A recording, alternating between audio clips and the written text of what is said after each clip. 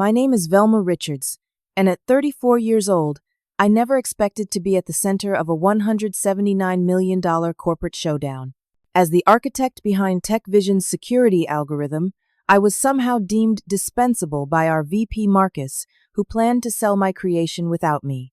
But sometimes salvation comes from unexpected places, like forgotten contract language and an overlooked junior lawyer with surprising courage. Before I tell you how a single contract clause saved our company and my career, drop a comment telling me where you're watching from, and subscribe if you want more stories about standing your ground in tech. I started at TechVision Solutions 12 years ago as a fresh computer science graduate with big dreams and bigger student loans. Back then, the company was just a scrappy startup with 20 employees working out of a converted warehouse. Today, we're a mid-sized tech company with over 300 employees specializing in data security solutions for financial institutions and healthcare organizations. Our growth hasn't been meteoric like some Silicon Valley darlings, but we've built a solid reputation for reliable products and excellent customer service. My journey from junior developer to software architect wasn't easy. I spent countless nights debugging code, learning new programming languages, and staying ahead of evolving security threats. My specialty became encryption algorithms, particularly a novel approach I developed for securing data transfers between different systems. What made my algorithm special was its ability to detect and neutralize intrusion attempts in real time while maintaining processing speed, something our competitors struggled with. The algorithm became the foundation of Secure Transfer, our flagship product that accounts for 60% of company revenue. I poured my heart and soul into that code, optimizing every function, closing every potential vulnerability. It was my professional masterpiece. At TechVision, I worked closely with a small team of dedicated professionals. My immediate supervisor, Allison Parker, had been with the company even longer than I had. At 42, she was a brilliant engineer who recognized talent and nurtured it. Unlike many managers who lose touch with the technical side as they climb the corporate ladder, Allison kept her skills sharp and understood exactly what my algorithm did and why it mattered. Then there was Jason Kent, a 26-year-old associate from our legal department. He'd joined the company just 8 months earlier, fresh out of law school and eager to prove himself. Jason had a quiet, thoughtful demeanor that made him easy to overlook in a room full of loud executives. But beneath his reserved exterior was a meticulous mind and surprising backbone that would ultimately save us all. The antagonist in our story, Marcus Reynolds, was the 48-year-old vice president of business development. He'd come to TechVision 3 years ago from a larger competitor with a mandate to accelerate growth. Tall, perpetually tan, and armed with an MBA from Wharton. Marcus had the polished charisma that impressed board members and intimidated staff. He spoke entirely in business jargon and treated the technical teams like necessary inconveniences rather than the creators of the products he was selling. Our CEO, Richard Montgomery, was a 56-year-old industry veteran who had founded TechVision after a successful career at Microsoft. Richard was fair but distant, focusing more on strategy and investor relations than day-to-day operations. He trusted his executive team to handle their departments and only got involved when major decisions needed to be made. As one of the few women in a senior technical role, I'd grown accustomed to fighting to be heard. In meetings, men would talk over me, restate my ideas as their own, or simply ignore my contributions altogether. Marcus was particularly guilty of this behavior. He'd ask questions about our technology and then look to my male colleagues for answers, even when I was clearly the subject matter expert in the room. Let's leave the technical mumbo-jumbo to the engineers and focus on what matters. Revenue became his favorite phrase whenever I tried to explain important technical considerations during sales discussions. By early 2025, TechVision was facing increasing pressure from competitors and investors. Our last 2 quarterly reports showed slowing growth, and our stock price had dropped 15%. The board was getting anxious, and Richard was feeling the heat. We needed a big win to regain momentum and secure the company's future. That's when Marcus began excluding me from meetings about potential licensing deals for secure transfer. At first, I thought it was an oversight, but when it happened repeatedly, I confronted him after a leadership team meeting. Marcus, I noticed I haven't been included in the discussions about licensing our security algorithm. Since I developed it, I thought I might have some valuable input, I said, trying to keep my tone professional and non-confrontational. He barely looked up from his phone as he responded, "Those are business discussions, Velma, not technical ones. We'll bring you in if we need clarification on how the code works." I walked away from that interaction with a knot in my stomach. Something didn't feel right, but I couldn't quite put my finger on what it was. Little did I know that this was just the beginning of a corporate chess game that would test my resolve and ultimately change the trajectory of my career. The email arrived on a Tuesday morning in March. All hands meeting, important announcement today at 3 p.m. in the main conference room. These company-wide gatherings usually meant one of three things: organizational changes, financial results, or major business news. Given the tension that had been building around our slowing growth, I was bracing for layoffs. When I walked into the packed conference room that afternoon, the atmosphere was surprisingly buoyant. Richard stood at the front with Marcus by his side, both sporting broad smiles. That's when I knew this wasn't bad news after all. "I'm thrilled to announce that Global Tech has expressed serious interest in licensing our secure transfer technology for implementation across their entire product suite." Richard announced, his voice carrying a rare note of excitement.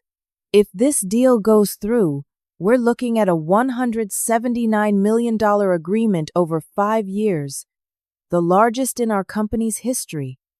The room erupted in applause and cheers. Global Tech was a tech giant with billions in annual revenue and products used by companies worldwide. Having them as a licensing partner would not only bring in substantial revenue, but would also validate our technology on a global scale. As the celebration continued, I noticed Marcus stepping forward, basking in the applause, as Richard patted him on the back.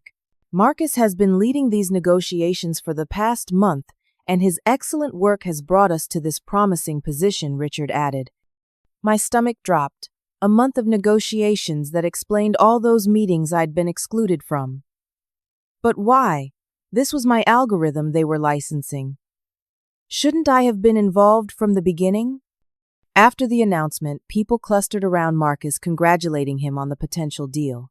I stood off to the side, feeling strangely disconnected from the celebration.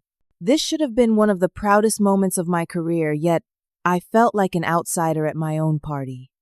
Allison approached me, seeming to sense my unease. "Quite the announcement, huh? Your algorithm is going to change the game for Global Tech." "Apparently so," I replied, unable to keep the edge from my voice. "Though it seems like Marcus has been discussing my work without me for weeks." Allison lowered her voice. "I only found out about the depth of these negotiations last week myself. Marcus has been keeping this very close to the chest, supposedly for confidentiality reasons." She paused, studying my face. "I don't like it either. You should have been involved from day one." "What do you think I should do?" I asked. "Document everything," she advised. "And stay vigilant. I know Marcus has a reputation for taking credit for other people's work. Don't let him sideline you on this. It's too important." Over the next few days, the office was abuzz with excitement about the Global Tech deal. People spoke about it in the break room, in the elevators, even in the restrooms. Everyone seemed to view it as our salvation, the miracle that would secure our jobs and restore our company's market position. Meanwhile, I tried to find out more about the specifics of the negotiation. When I asked Marcus directly about getting involved, he brushed me off. "The technical details have already been covered, Velma. Global Tech is satisfied with the product as is. Now we're just working out the business terms, which is my department." His dismissive tone made it clear the conversation was over. I persisted. "But shouldn't we discuss implementation requirements, integration timelines, technical support parameters? Those all affect the value and structure of the deal." Marcus sighed dramatically. "Look, I appreciate your enthusiasm, but too many cooks spoil the broth. Let me handle this my way, and I promise the result will benefit everyone." With that, he walked away, leaving me standing alone in the hallway. That evening, I received a company-wide email with the subject line, Global Tech Deal Progress Celebration. Marcus had arranged for champagne and hors d'oeuvres in the office on Friday afternoon to celebrate the advancing negotiations. The celebration felt premature to me, but it was clear that Marcus was using this potential deal to elevate his status in the company. As everyone toasted to our bright future, I overheard snippets of conversation that increased my concern. Total transfer of the technology, one executive was saying to another. Clean break, no ongoing obligations, said another. These didn't sound like licensing terms. They sounded more like a complete sale of intellectual property. While everyone else was celebrating, I slipped away to my office and started digging through my emails looking for any information about the deal structure. I found nothing concrete, just vague references to technology transfer and partnership framework. Later that evening, as most people were heading home, I noticed the lights still on in Allison's office. Do you have a minute? I asked, knocking lightly on her open door. She looked up from her computer and nodded. What's up? I closed the door behind me and took a seat. I'm worried about this global tech deal. From what I'm hearing, it sounds less like a licensing agreement and more like a complete transfer of ownership. Is that possible? Allison leaned back in her chair, her expression growing serious. I've had the same concern. Marcus has been very secretive about the details, even with the leadership team. He keeps saying he'll share everything once they're further along, but it makes me uneasy. If they're buying our technology outright rather than licensing it, what does that mean for the future of secure transfer? For our team, for my role, the questions that had been swirling in my mind came tumbling out. I don't know, Allison admitted, but I think you need to get your hands on those contract drafts. As the creator of the algorithm, you have a right to know what's being negotiated. Marcus isn't exactly forthcoming with that information, I reminded her. Then you might need to find another way, she suggested, giving me a meaningful look. Jason in legal has been sitting in on some of the discussions. He might be able to help. That night I lay awake, thinking about Allison's suggestion. Approaching Jason felt risky. He reported directly to our general counsel, who in turn worked closely with Marcus. If word got back that I was snooping around, it could create problems. But the alternative, staying in the dark while my life's work was potentially being sold out from under me, seemed worse. The next morning, I made my decision. I would find a way to see those contract drafts, even if it meant stepping outside my usual comfort zone. My creation, my career, and possibly the entire future of TechVision depended on it. The following Monday brought a strategy meeting for the global tech deal. To my surprise, I received an invitation, though I suspected it was only because Allison had insisted on my presence. The conference room was already filled with executives and department heads when I arrived. Marcus stood at the head of the table, flipping through slides on his tablet. Ah, Velma, nice of you to join us, he said with a thin smile that didn't reach his eyes. We were just discussing the technical handover process. Handover, I questioned, taking the last empty seat. I thought this was a licensing arrangement. Marcus exchanged glances with our CFO before responding. We're exploring various structures for the deal. One option on the table is a complete transfer of the secure transfer technology to Global Tech. A complete transfer? You mean selling our core product outright? I couldn't keep the alarm from my voice.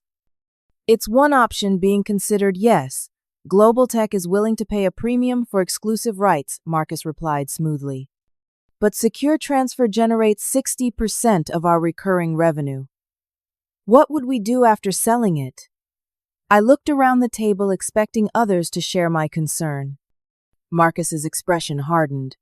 We would use the capital infusion to develop new products, obviously. The board believes this could be a strategic pivot point for TechVision. The meeting continued with discussions about valuation models, transaction timelines, and transition planning. I tried repeatedly to raise questions about the long-term implications, but Marcus either ignored me or cut me off mid-sentence.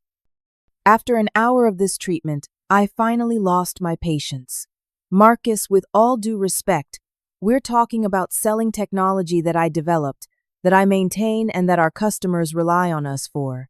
Shouldn't we at least discuss what happens to our existing client base? To the team that supports this product? To the ongoing innovation pipeline? The room fell silent. All eyes turned to Marcus, whose face had flushed red. Velma, he said, his voice dangerously quiet. I understand you feel some ownership over this code because you worked on it. But let me be clear, this is company property, and the decision about what to do with it rests with the executive team and the board.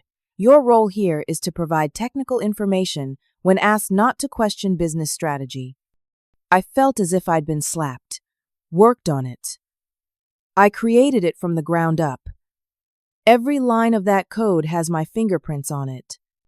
And you were compensated for that work with a salary and benefits, Marcus shot back.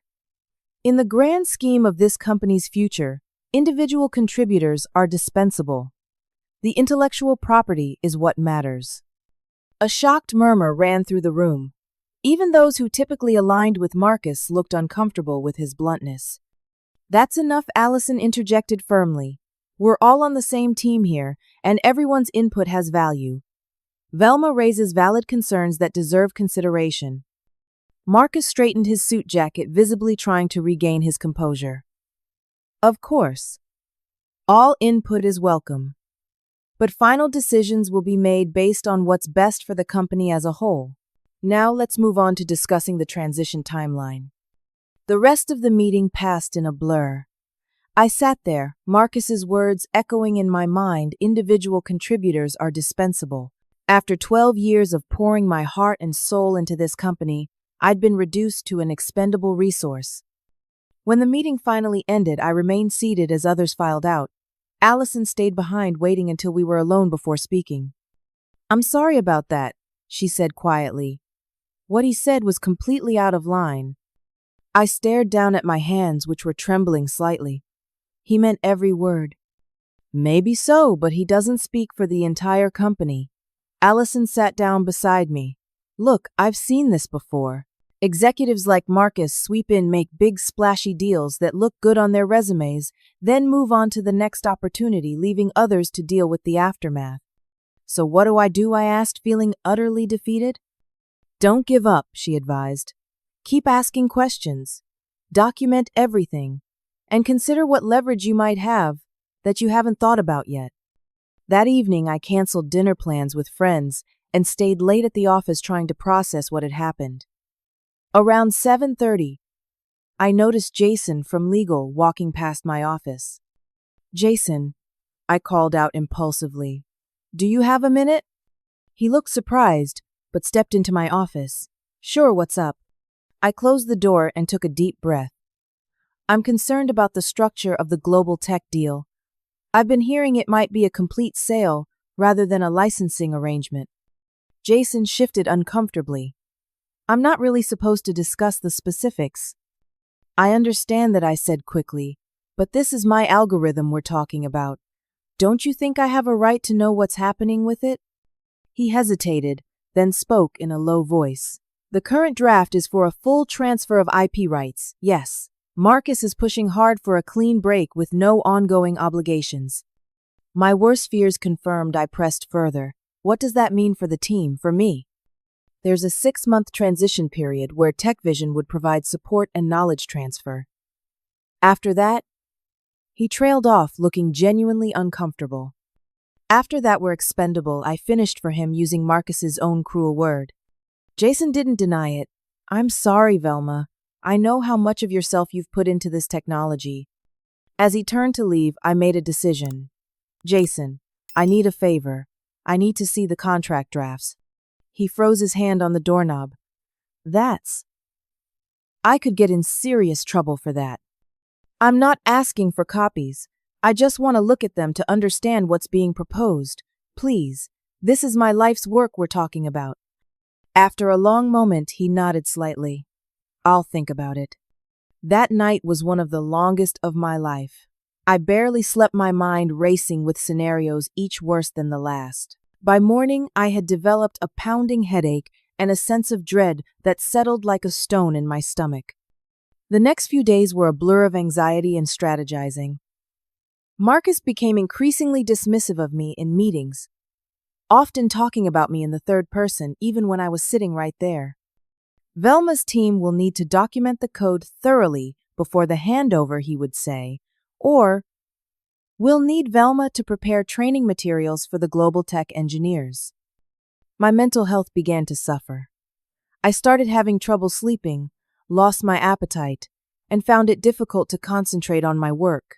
The idea that my creation, the product of thousands of hours of effort and innovation, could be sold out from under me was devastating. And yet, beneath the anxiety and hurt, a spark of determination began to grow. This wasn't just about me anymore. It was about my team, about the integrity of the product we'd built, and about standing up to a corporate culture that treated people as disposable assets. I needed to find a way to fight back. I just wasn't sure how or if I even could, until fate, in the form of a late-night encounter and an overlooked contract clause, handed me an unexpected weapon. 2 weeks after that confrontational meeting, with the global tech deal moving rapidly toward completion, I found myself working late again. The office was nearly empty, just the occasional security guard making rounds and a few other dedicated employees burning the midnight oil. The clock on my computer showed 11:20 at night when a soft knock on my doorframe made me look up. Jason stood there, his tie loosened and his usually neat hair slightly disheveled. He looked around nervously before stepping into my office and closing the door behind him. "I've been thinking about what you asked," he said, quietly placing his laptop on my desk. "I shouldn't be doing this, but I think you deserve to know what's happening." My heart raced as he opened his laptop and pulled up a folder labeled Global Tech Acquisition Docs V4, 3.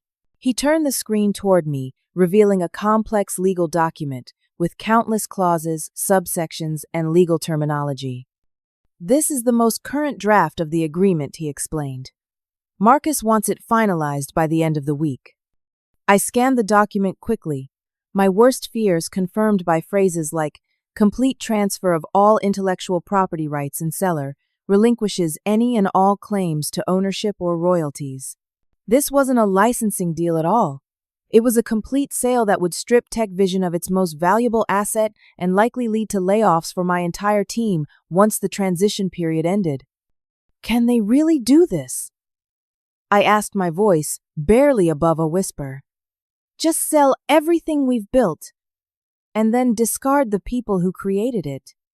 Jason rubbed his temples. "Legally, yes. The company owns the IP, so the board can approve its sale. But," he paused, seeming to wrestle with something. "But what I prompted, I've been reviewing your original employment agreements, trying to understand how this affects everyone on your team," he said slowly. "And I found something interesting in yours." He opened another file and scrolled down to a highlighted section. "This is from your employment contract when you were promoted to lead architect 4 years ago." I leaned forward, reading the dense legal language.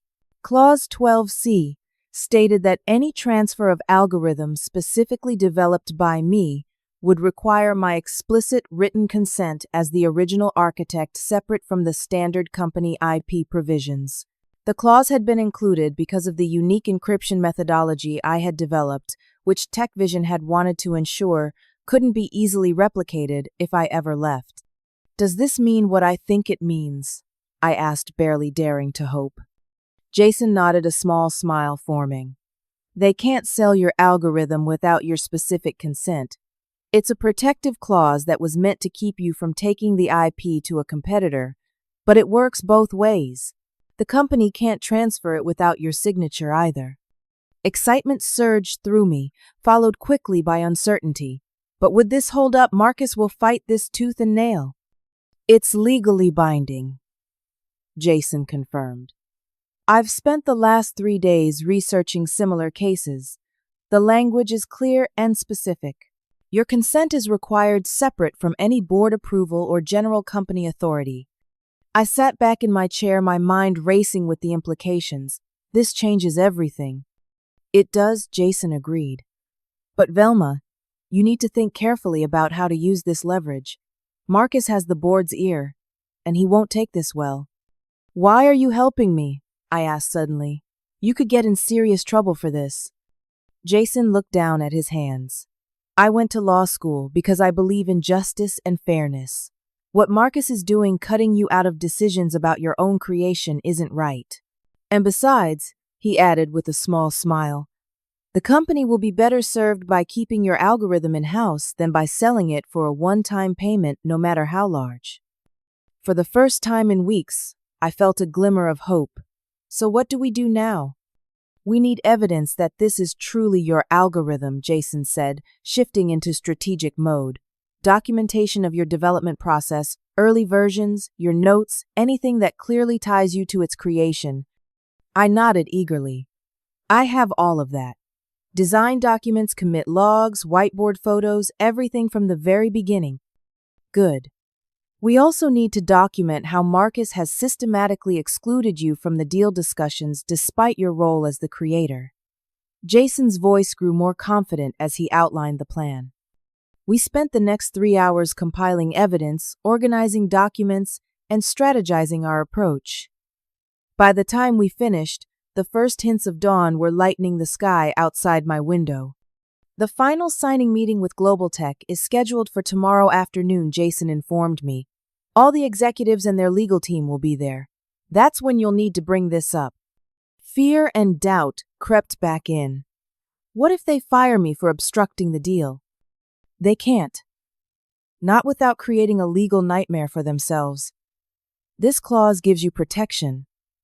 He paused, looking me directly in the eyes. But I won't lie to you, Velma.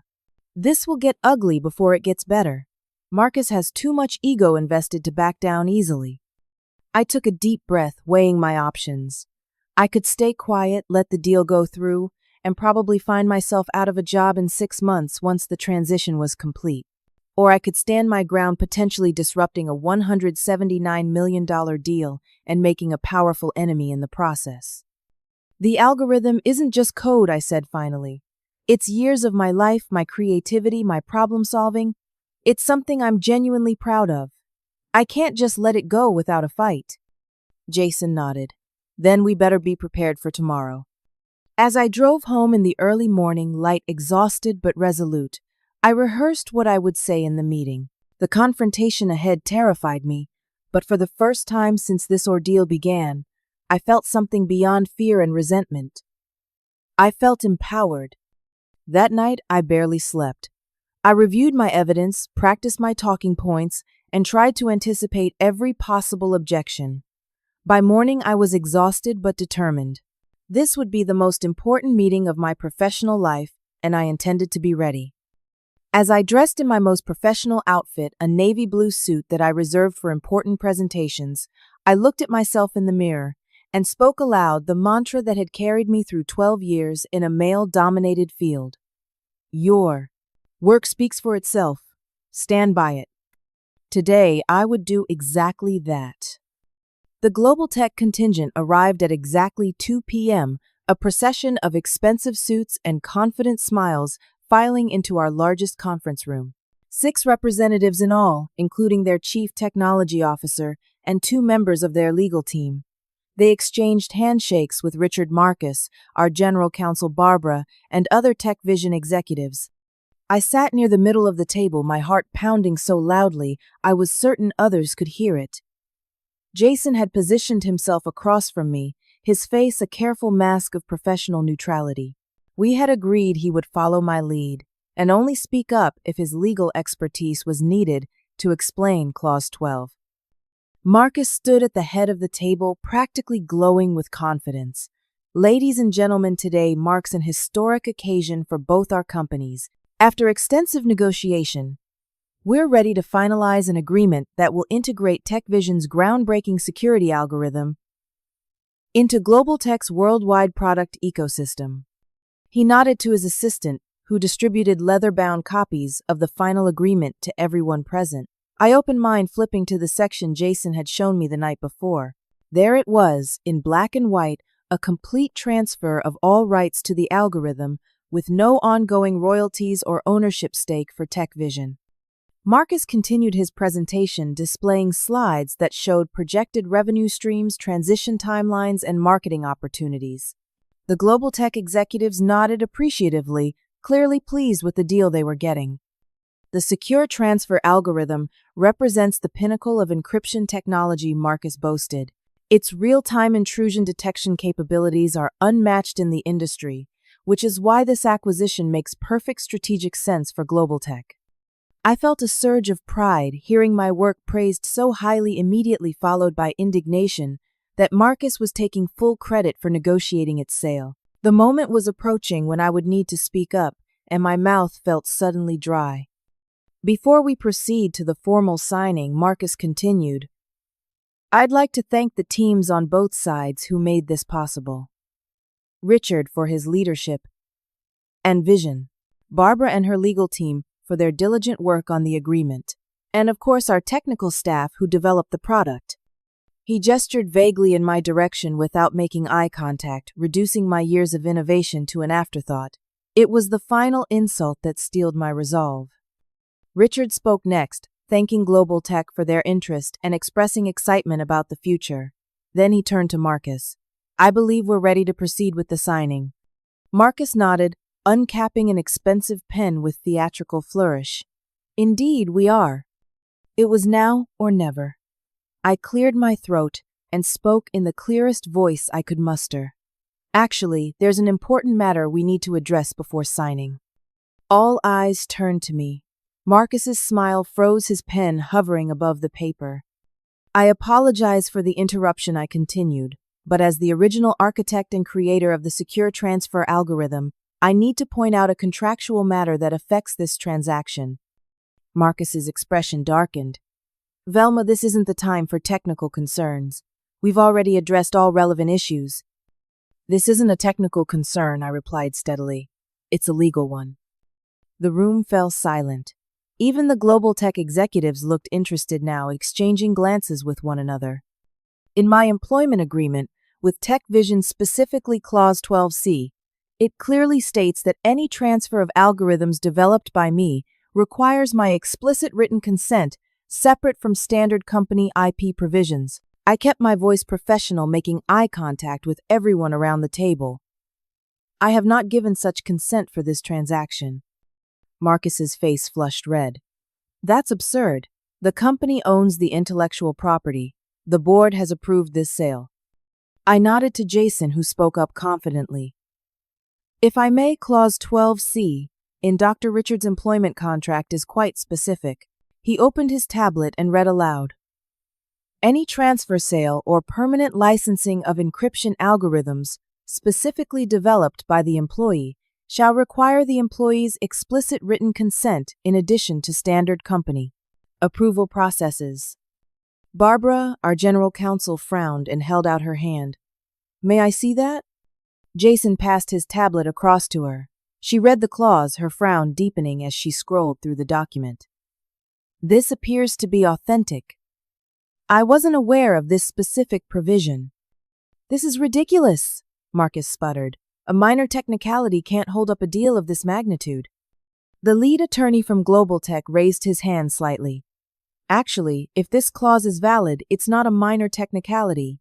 It would constitute a material obstacle to completing the transaction as structured. Richard, who had been watching silently, finally spoke. Velma, what exactly are you saying here? That you're refusing to approve the sale? I took a deep breath. What I'm saying is that I should have been included in these negotiations from the beginning. This algorithm is my life's work, and I've been systematically excluded from discussions about its future.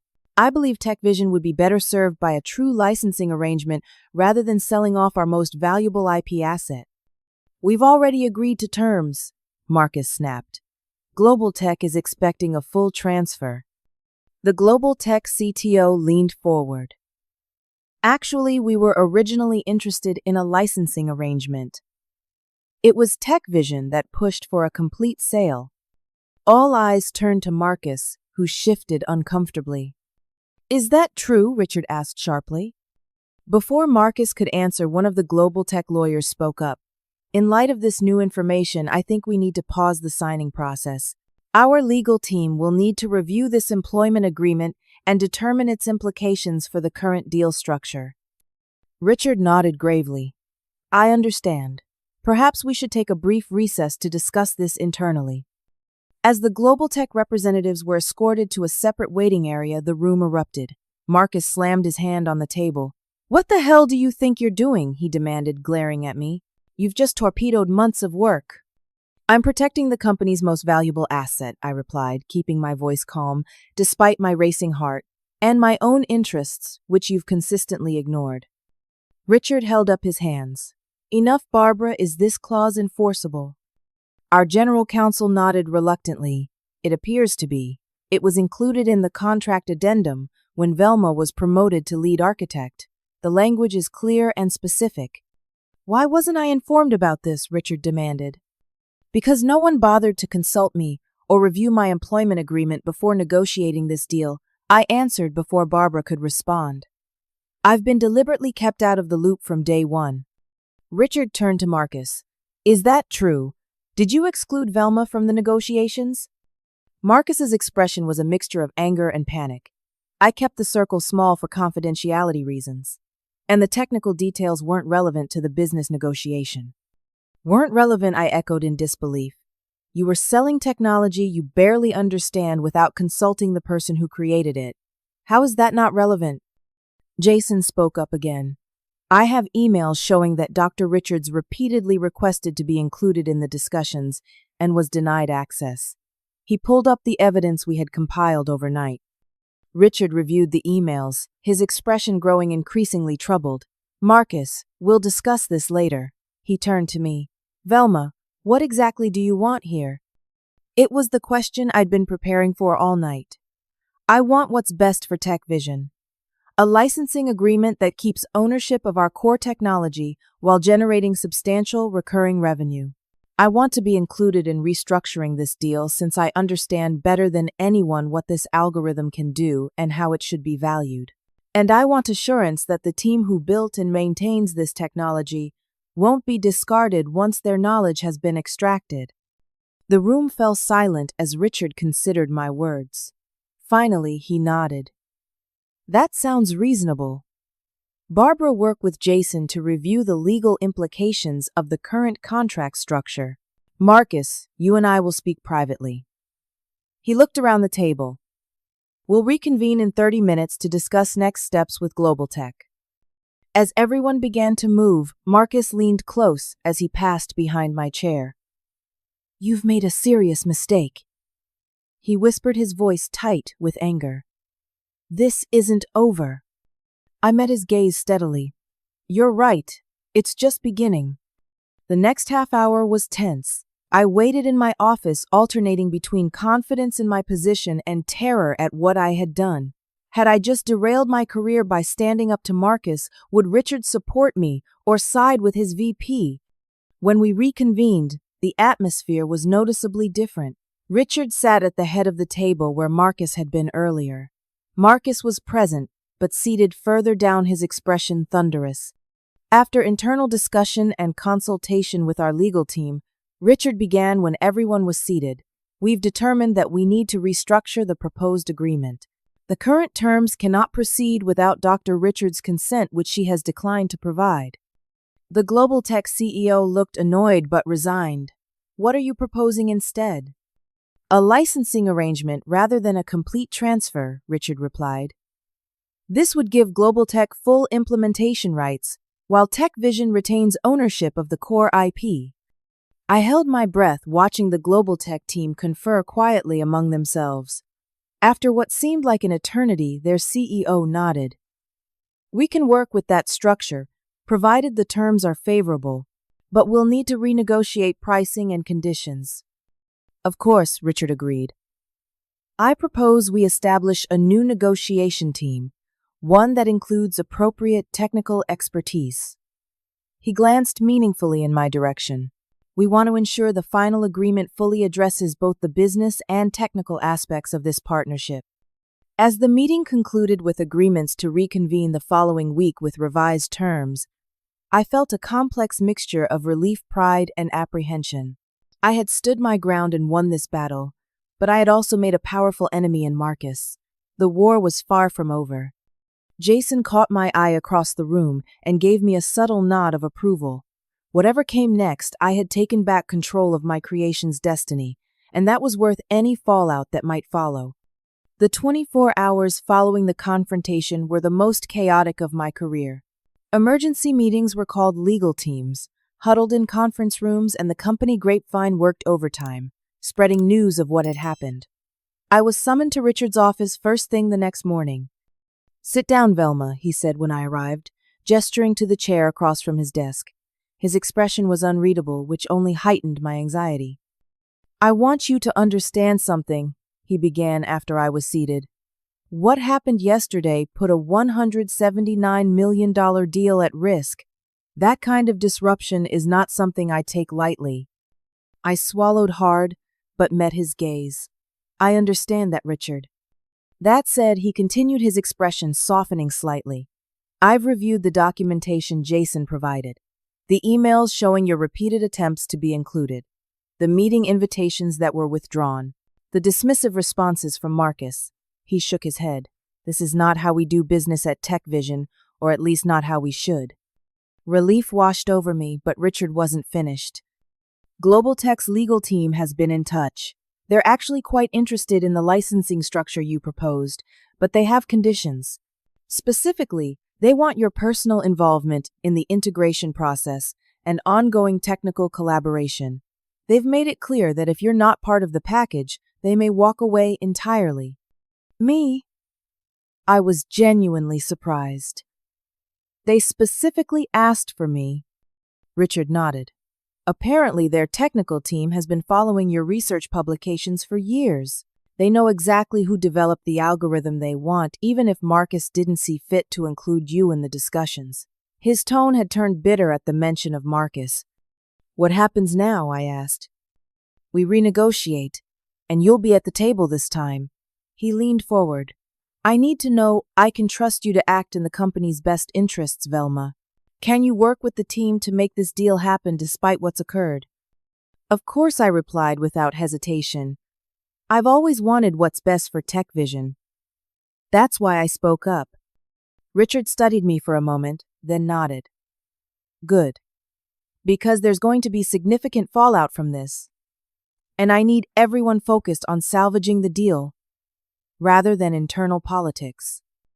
The fallout Richard predicted began almost immediately.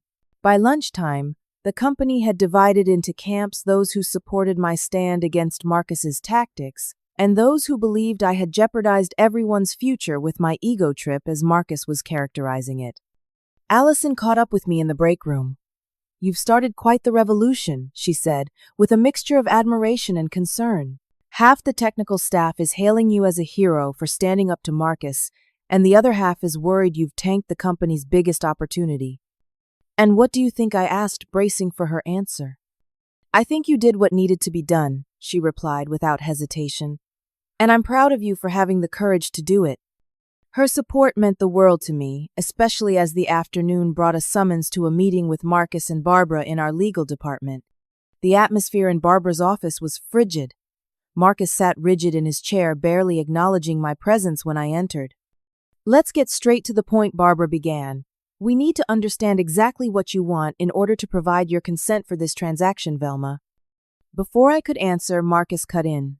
"What she wants is to sabotage the deal, because her feelings were hurt about not being included." I refused to take the bait. "What I want is what I've already stated to Richard. A licensing structure that maintains TechVision's ownership of the core technology while providing Global Tech with implementation rights. I want assurances that my team will continue to be valued for their expertise rather than discarded after a knowledge transfer. And I want to be included in the ongoing relationship with Global Tech, since I understand this technology better than anyone." "Reasonable requests," Barbara noted, making me realize she might be more of an ally than I'd expected. "Reasonable," Marcus scoffed. "She's holding the company hostage because of an obscure clause that should never have been in her contract in the first place." Barbara raised an eyebrow. "The clause is valid and enforceable, Marcus. We've confirmed that with outside counsel this morning. The question now is how we move forward. The meeting continued in this vein for nearly 2 hours, with Marcus alternating between thinly veiled threats and attempts to minimize the importance of my role. Throughout it all, I maintained my composure, refusing to be baited into an emotional response that could undermine my position. By the end, we had reached an uneasy stalemate. I would be included in the renegotiation team, and my conditions would be incorporated into the new proposal to Global Tech. Marcus was clearly unhappy with this outcome, but had no choice but to accept it given the legal reality of my contract. As we were leaving, Marcus hung back to deliver one final threat. "You may think you've won, but remember, I have the board's ear. When this is over, there will be consequences." Despite his intimidation tactics, I joined the renegotiation team the next day. To my surprise, the Global Tech representatives seemed genuinely pleased by my inclusion. "We've been hoping to speak with you directly," their CTO told me during a break. "Your encryption approach solves problems we've been wrestling with for years. A true licensing partnership with ongoing collaboration is actually our preferred arrangement." Over the next week, we restructured the entire deal. Instead of a one-time payment of $179 million for complete ownership, we negotiated a $162 million licensing arrangement over 7 years, with options for renewal. TechVision would retain ownership of the core technology while providing Global Tech with implementation rights and dedicated support. Most importantly for me, the new agreement included provisions for a joint innovation team that would continue developing the technology with me serving as the technical lead. My team's jobs were secured, and TechVision would maintain its most valuable intellectual property. Throughout these negotiations, Marcus became increasingly isolated. The evidence of his mishandling of the original deal had been shared with the board, and rumors circulated that his position was in jeopardy.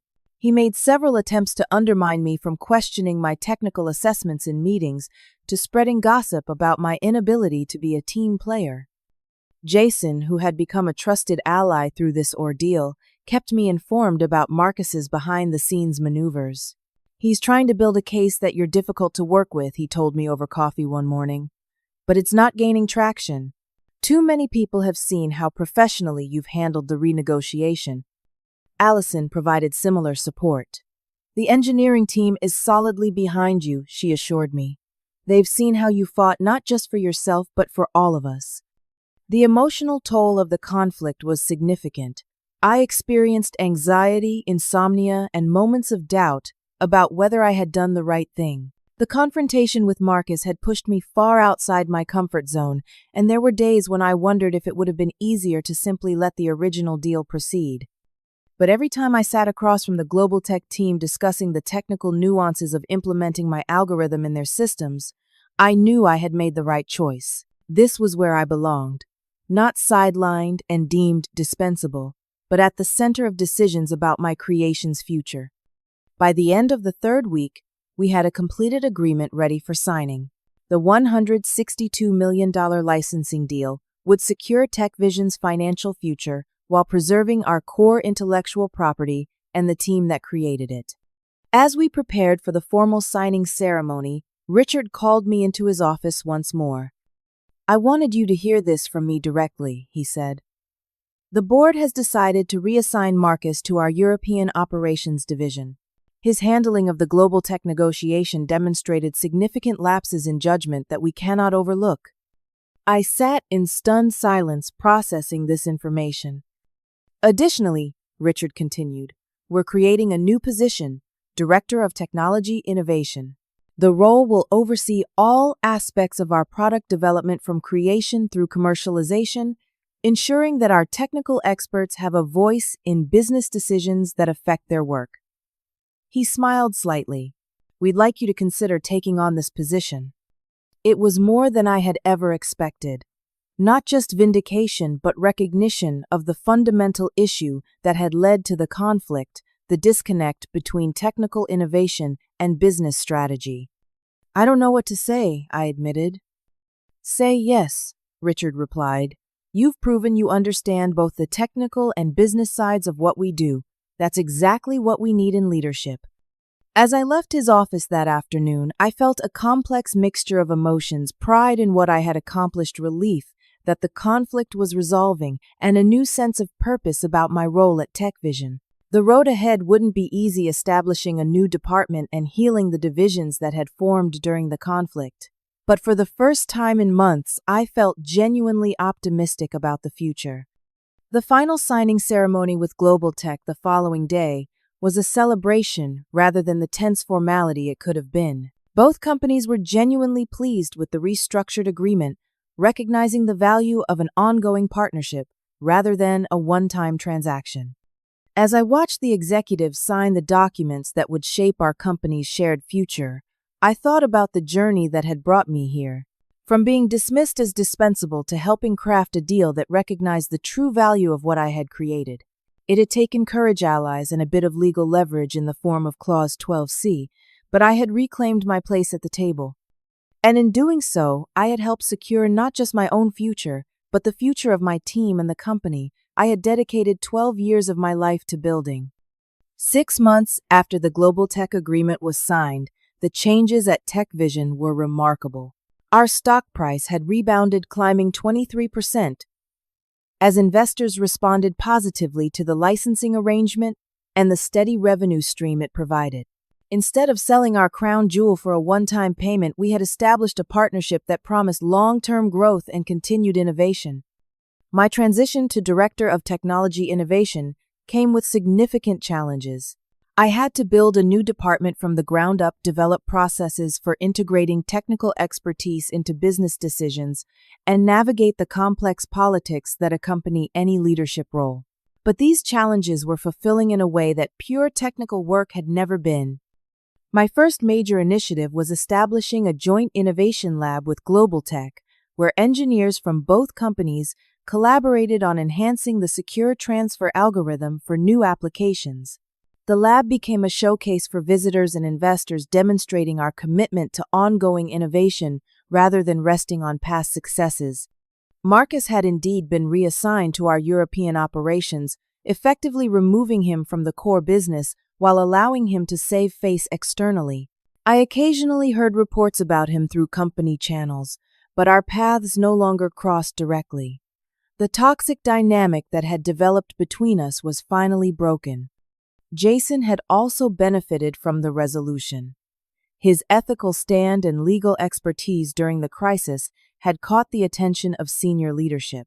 He was promoted to Associate General Counsel with specific responsibility for intellectual property matters. We continued to work together frequently, and I valued both his professional skills and his friendship.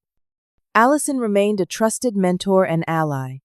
"You know what makes me proudest," she said during one of our regular coffee meetings. "Not just that you stood your ground, but how you've handled the aftermath. No gloating, no politics, just focusing on building something valuable." "I learned from the best," I replied with a smile. The healing process wasn't instant or easy. Some colleagues had aligned themselves with Marcus during the conflict and remained skeptical of me and the changes I was implementing. Trust had to be rebuilt, relationships repaired.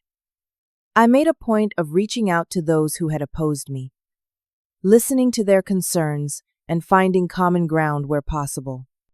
One particularly difficult reconciliation was with our CFO Thomas, who had been Marcus's strongest ally during the original negotiations. He had genuinely believed that selling the algorithm outright was the best financial decision for TechVision. Our first few meetings in my new role were tense and unproductive. "Thomas," I said during one particularly difficult budget discussion, "we may not always agree on approach, but I know we both want what's best for the company.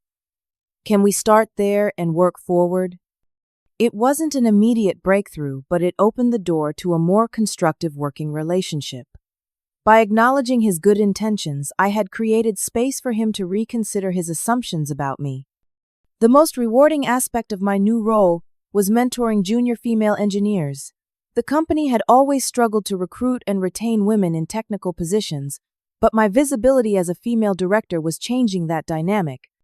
"I applied to TechVision because of you," one young engineer told me during her interview. Seeing a woman in leadership who comes from a technical background rather than just business or HR, that meant something to me. I established a formal mentorship program for women in technology, providing support and guidance that I wished I'd had early in my career. We created spaces where they could share challenges, develop skills, and build the confidence needed to thrive in a male-dominated industry. The personal transformation was as significant as the professional one. The experience of standing up to Marcus had changed how I saw myself and my place in the world. I was no longer the quiet engineer who kept her head down and let others make the big decisions. I had found my voice, and with it came a new sense of responsibility to use that voice wisely. The emotional healing took longer than the professional adjustment. For months after the confrontation, I experienced occasional anxiety attacks and moments of doubt. Had I done the right thing? Could I have handled the situation differently? The questions would circle in my mind during sleepless nights. I found help through therapy learning tools to manage the anxiety and reframe the experience in healthier ways. My therapist helped me see that standing up for myself wasn't selfish or disruptive, but rather an act of integrity that ultimately benefited many people beyond myself. You didn't just protect your own position, she pointed out during one session. You protected the entire team that would have been discarded after the knowledge transfer. You preserved valuable IP for the company rather than letting it be sold off. Those aren't selfish acts. Gradually, the nightmares and anxiety subsided. I developed a new relationship with conflict, seeing it not as something to be avoided at all costs, but as a sometimes necessary process for achieving positive change. 1 year after the signing, we held a celebration to mark the successful implementation of secure transfer across Global Tech's primary product line. The event brought together teams from both companies who had worked tirelessly to integrate our technology into their systems. Richard pulled me aside during the celebration. "You know, when you first challenged the original deal, I thought you might have destroyed our biggest opportunity. I couldn't have been more wrong." He gestured around the room where engineers and executives from both companies mingled comfortably. "This partnership is worth far more than that one-time payment would have been. And it wouldn't exist without your courage to speak up." His words validated what I had come to understand through this journey, that sometimes the most valuable contribution we can make is to challenge the status quo, even when doing so is frightening and fraught with risk. The deepest lesson I learned through this experience was about the nature of power in organizations. Marcus had wielded his title and position to exclude me from decisions about my own creation, but I had found power in unexpected places in a contract clause that had seemed unimportant until it became crucial. In allies like Jason and Allison, who provided support at critical moments, and most importantly, in my own expertise and the courage to assert its value. I realized that power doesn't always reside where org charts suggest it should. Sometimes it emerges from unexpected sources, specific knowledge that others lack, relationships built on trust and mutual respect, or simply the courage to speak truth, even when others want to silence it. As I looked toward the future, I felt a profound sense of gratitude for the painful journey that had brought me here. The confrontation with Marcus had been terrifying, but it had led to growth I could never have anticipated. I had not only secured my position and protected my team, but I had also found a new path forward that aligned my technical expertise with leadership opportunities. The journey had transformed me from an individual contributor who felt dispensable to a leader who helped shape the company's future. And it all hinged on a single moment of courage supported by a contract clause that gave weight to my voice when others would have silenced it. So what about you? Have you ever had to stand up for yourself against someone who dismissed your value? How did you find the courage, and what was the outcome? Share your story in the comments below, and don't forget to like and subscribe if this resonated with you. I'd love to know if you've ever discovered unexpected power in a moment when others thought you were powerless. Sometimes the finest print contains the most important protections, and I'm grateful every day for Clause 12C and the future it helped me create. Thank you for listening, and remember, your voice matters, your work has value, and sometimes standing your ground is the bravest and most necessary thing you can do.